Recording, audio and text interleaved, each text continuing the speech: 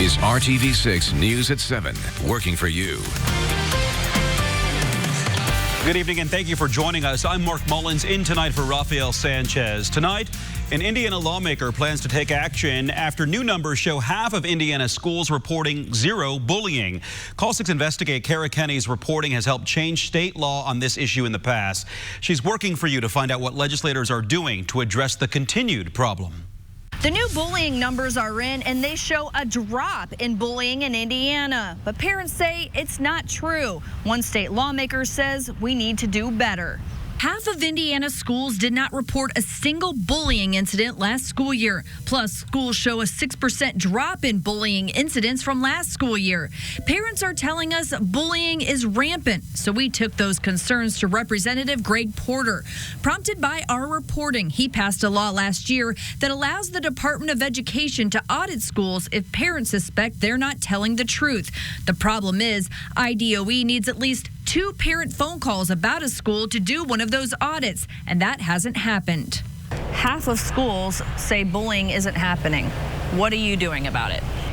I think we have to look at the definition again. We have to expand the definition.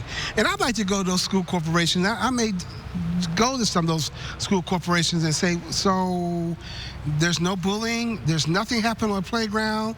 If parents believe their school's bullying numbers aren't adding up, they're asked to call this number, 317-232-0254. The problem is bullying numbers do not contain any student information, so parents don't know for sure if the school reported their child's incident to the state. Porter says that needs to be addressed as well. He plans to file legislation and work with the Indiana Department of Education to improve the bullying reporting system. Working for you in Indianapolis, Kara Kenny, RTV6. RTV6 is working for you and getting answers for a mother concerned about student safety. That mom wants to know why there are no school zone signs on 2 busy roads near her son's elementary school. RTV6's Nicole Griffin took a closer look at her concerns and is getting results tonight. People fly down here constantly. Stoutfield Elementary School sits on the corner of Sam Jones Expressway and Holt Road on the southwest side. It's horrible. I mean, there's accidents right here at this intersection all the time. They fly down here. It's probably a 40 and they do 60. Desiree Mitchell grew up in Wayne Township and went to Stoutfield. Now she has a 2nd grade son at the school. Her concern is there are no school zone signs on Holt or Sam Jones Expressway. I honestly think putting the school zones with the flashing lights, because that will make it better. Because I start school so early here at 7 a.m. It's dark. So we need school signs. There is a school zone sign on the corner near Stoutfield Elementary, near Holt and Bradbury, but as you can see right behind me, this road is not as busy as Holt and Sam Jones Expressway. I reached out to Wayne Township and found out where school zone signs are placed is up to the Department of Public Works. The school has no say. So I reached out to DPW, and they are now responding. They plan to add 2 new 25-mile-per-hour school zone signs along Holt Road by the end of next week. Signs this mom hopes will catch the attention of speeding drivers. To make awareness, to have drivers slow down, to make the city see that we need these signs right here at these intersections because it is a bad intersection. Working for you on the southwest side, Nicole Griffin, RTV6. And we here at RTV6 focus on holding people accountable, and that means if you can't get a problem solved, connect with us at Working For You at RTV6.com, and we will see what we can do. We're only a few weeks away from the Indigo Red Line opening, bringing mass blue bus transit to Indianapolis. So RTV6 has spotted a problematic area in one of the busiest areas of the city. Vehicles can't navigate new barriers. So our Stephanie Wade is holding the city accountable for this issue. Just to demonstrate the problem here, it's so tight making the turn onto College from Broad Ripple Avenue that there are tire tracks in the mulch. And workers in the area tell me a truck has already hit this traffic light. There's no way. I avoid it with my little SUV because I go over the curve myself. Whether you live in Broad Ripple or simply drive through here, it's already hard enough to make the turn without the poles there, but now it's just making traffic more harder to make deliveries. You'll notice some big changes on the roads to make way for the new Indigo Red Line. While bus drivers train this week on their new routes along College Avenue, so is the public, including truck drivers like Kevin Bentley. What I'm going to end up having to do is either take 465 and get backed up traffic up there and go over to Meridian or something, or go down to Kessler and go across there. And a lot of these roads have a weight limit. We saw truck after truck and even this school bus having to drive up on the curb to make this turn. And the Red Line buses themselves hit these white pollards when trying to squeeze into the bus lane. I think the pipes should come out, and then I think the curve should be taken way back to the sidewalk and give people the opportunity to actually drive their car around without worrying about hitting the pole or going up on the curve. Indigo tells me over the next several months, they and DPW will continue monitoring traffic patterns and make adjustments when necessary, as agreed upon by both parties. They encourage everyone using the road to be aware of new pavement markings and lane configurations and utilize information online at indigored.com. I already know it's going to be bad, but I didn't know it was going to be this bad. Working for you, Stephanie Wade, RTV6. Whether you're in Broad Ripple or coming all the way downtown, as a driver, the Red Line will change your parking and traffic patterns from 66th Street in Broad Ripple to the University of Indianapolis on the city's south side. The new bus lanes, turn lanes, and medians are already in place on some of the city's busiest roads, and they may have confused you. Head to the RTV6 app and the IndyChannel.com for a complete breakdown on how to get around. Let's take a live look outside right now at the Circle City there, and look at that. Poolside on this Pool's open day. Let's get a check of the forecast with Storm Team 6's Kyle Mounts. Hey, Kyle. And it's going to be some nice pool weather through the upcoming weekend as well. This area of high pressure over Iowa and Illinois is going to be sliding our way, and that keeps us nice and quiet. You can see there are a few thunderstorms along the Ohio River. Those continuing to move away. A lot of blue sky out there right now. 82 degrees. Our temperature very comfortable because the humidity is only 39%. A big refreshing change from yesterday. 81 your temperature right now in Lafayette.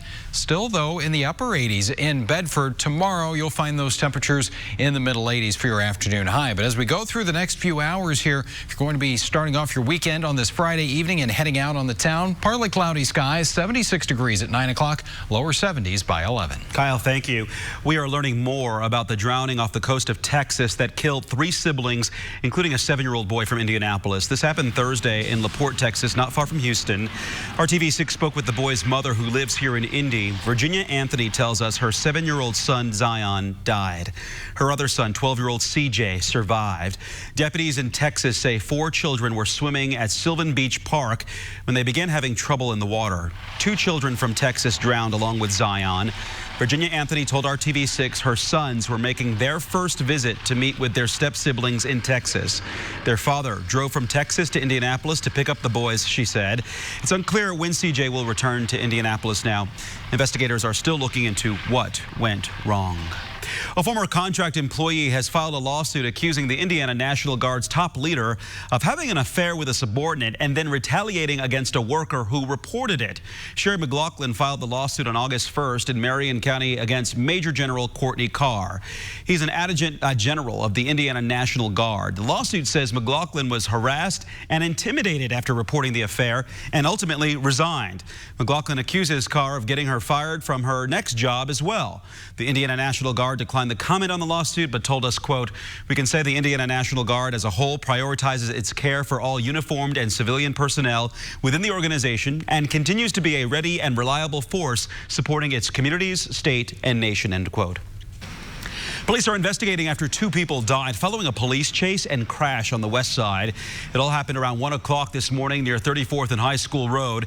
IMPD tried to stop a red Mustang going fast near 30th and Lafayette Road. The officer decided to chase was too dangerous, so he called it off. Just a few blocks away, the car hit a tree, killing 2 people inside. A 3rd person was rushed to the hospital in critical condition. He's expected to survive. No word yet on why the driver of the Mustang tried to run from police or the identities of those involved. It's an event one community group looks forward to every year because it means saying thank you to everyone who helps with its mission. This morning marked the Indianapolis 10-Point Coalition's annual Community First Prayer Breakfast at Bankers Life Fieldhouse. The gathering honored partners in the city and across the state of Indiana that work with at-risk youth and help to curb violence, especially as it disproportionately affects young men of color. Grassroots leader Reverend Charles Harrison says the work is far from done. where we struggle as a city in bringing down the violence, I want to encourage neighborhoods that if you form these collaborative partners with law enforcement, community, churches, faith-based groups, grassroots organization, you can impact the area where you are, and it's not hopeless. You can do what these other neighborhoods have done, and we can do it all over the city. Well, this weekend there's an event that brings together people on a quest to find a cure for diabetes. Indianapolis resident Warren Mann will be among the hundreds of people participating in the 2019 Tour de Cure tomorrow. He was diagnosed with type 2 diabetes after realizing something just wasn't right physically. He was always tired, thirsty, and got up often during the night to go to the bathroom. Those are just some of the symptoms of this disease, which often goes undiagnosed because people ignore the signs. Warren says he's alive now because he didn't ignore the symptoms. And he says people in Indianapolis have a strong medical support system. We happen to be surrounded by great hospitals here in Indianapolis. And they equip you for the learning phase of how you can really dig down into this disease and help to control it. The Tour de Cure includes a walk, a run, and a biking event. If you haven't already registered, you can still do so tomorrow morning for $35. It's at the Upland Brewing Company on Prospect Street. Check-in times are staggered, so check the American Diabetes Association website for the times. Coming up here on the news at 7, a world built better by girls using code. How the Brave initiative is helping local students build confidence in their future careers. Indiana. This is RTV6 News at 7, working for you. Well, it is a beautiful Friday evening for those of you wanting to get out and enjoy, take a stroll, take the dog for a walk, or get dinner outside. All kinds of options out there. And as we saw, yeah, you got the pool, too. We got some open seats there. All right, well, as we go through the next couple of days here, we're going to hold on to this nice weather pattern with blue skies out there right now. We got 82 degrees in Indy and Bloomington, 84 in Martinsville, and 80 degrees for you in Kokomo and Howard County. There's that light north to northwest wind, about 5 to 10 miles per hour, bringing down the humidity levels for us, and also those temperatures. As we go through tonight, we'll see them falling through the 60s, and many spots will start off the weekend in the middle 50s tomorrow morning. So comfortably cool at 55 in Lafayette, 57 for you in Columbus, lower 60s in the city. The Tour de Cure is tomorrow morning, and great weather for that. Mostly sunny skies throughout. Temperatures in the lower 60s at 7 a.m. will be at 76 at 11 a.m. with a very light wind out there. And again, the humidity is going to stay low for the morning and really right on into our Saturday afternoon. TrueCast shows a few more clouds that try to build in here during the day, but it will be a dry day for us with temperatures making their way to 82 in Lafayette, 84 in Greenwood and Johnson County, and you've got your high temperature 82 degrees in Rushville. Second half of the weekend, a few more clouds are going to be in the mix here, and some warmth and humidity will return as well. 81 degrees at noon. We'll find those afternoon temperatures getting into the middle and upper 80s for our Sunday, and just a stray shower chance here. This is TrueCast. As we get to 3 o'clock Sunday afternoon, you can see a few of those around Lafayette, near Crawfordsville and Tipton as well. But most of us are going to be staying dry here as we go through the weekend, with a little better rain chance coming up early next week. Let's put it all together for you now in the 7-day planning forecast, and those temperatures continuing to climb after 85 tomorrow. We'll be at 88 for the afternoon high on Sunday. Lower 90s on Monday. Haven't been that warm for a little while. The humidity is also going to be back with us, and so it's going to feel muggy, more like the middle 90s for that heat index Monday afternoon. Then I think it's really Monday night is the best chance for seeing some scattered showers and thunderstorms. Good news is that won't come in during the peak of the afternoon, so it should limit any severe weather threat.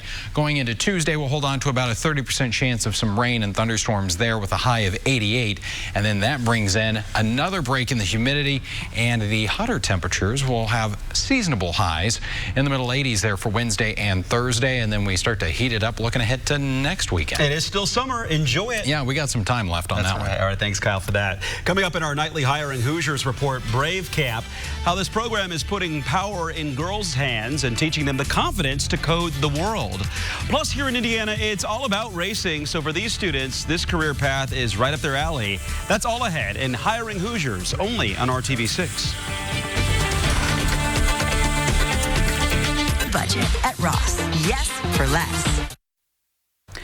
With Hiring Hoosiers, RTV6 is working to link you with employment, career resources, and training. Today we're looking at how girls are building a better world with code. That's the mission behind Brave Initiative. Brave partners with organizations worldwide to serve young girls through their one-week camp designed to build confidence in coding and problem solving.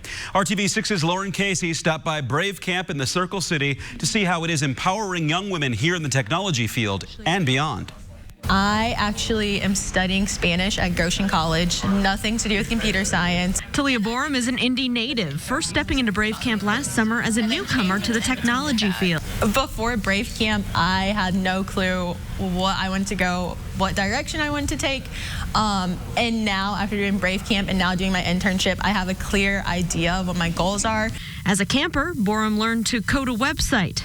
Campers think about a social issue important to them, do research, conduct interviews, and utilize creativity and design to then create an interactive website to show this information. Borum created a website with a quiz for users to uncover unconscious racial bias. And how important it is for technology to be mindfully built, which is a big part of what Brave does. And really putting yourself in the shoes of someone else and being human-centric when you solve a problem. Natalie Laterra is the COO of KSM Consulting, partnering with Brave to put on this camp for girls ages 13 to 18 in Indy. She says the skills these young ladies learn at camp will serve them well in the workforce. Brave Camp is all about empowering young women to view themselves as leaders, both in technology and innovation. So these are absolutely skills that I think lots of organizations look for. For Borum, the experience last summer was so impactful, she's back this year as a staff member. As I'm learning about the tech world, there are not a lot of young girls or women that look like me, and I think that's really important for me to be able to empower women who look like me and let them know that there's opportunities in the tech world for them in computer science and whatever they want to do. Well, Brave Camp runs from 9 to 5 for 1 week in the summer. If you want to learn more about the Brave Initiative, how to take part in Brave Camp, and view a gallery of photos from camp, you can go to hiringhoosiers.com and click on this story. Classroom to Career is part of our Hiring Hoosiers initiative, all about connecting you with the perfect job. And for many, that perfect job is in the auto industry. Students at the Walker Career Center are learning the ins and outs of what that means. RTV6's Aaron Lish gives us a closer look at the aspects of this program that make it stand out to students, giving them reassurance they are ready to join the workforce after graduation. So really looking at this car here, all I really know how to do is to check the oil. But for students here at the Walker Career Center, they are learning the ins and outs of the auto industry. The rear drum pads are good.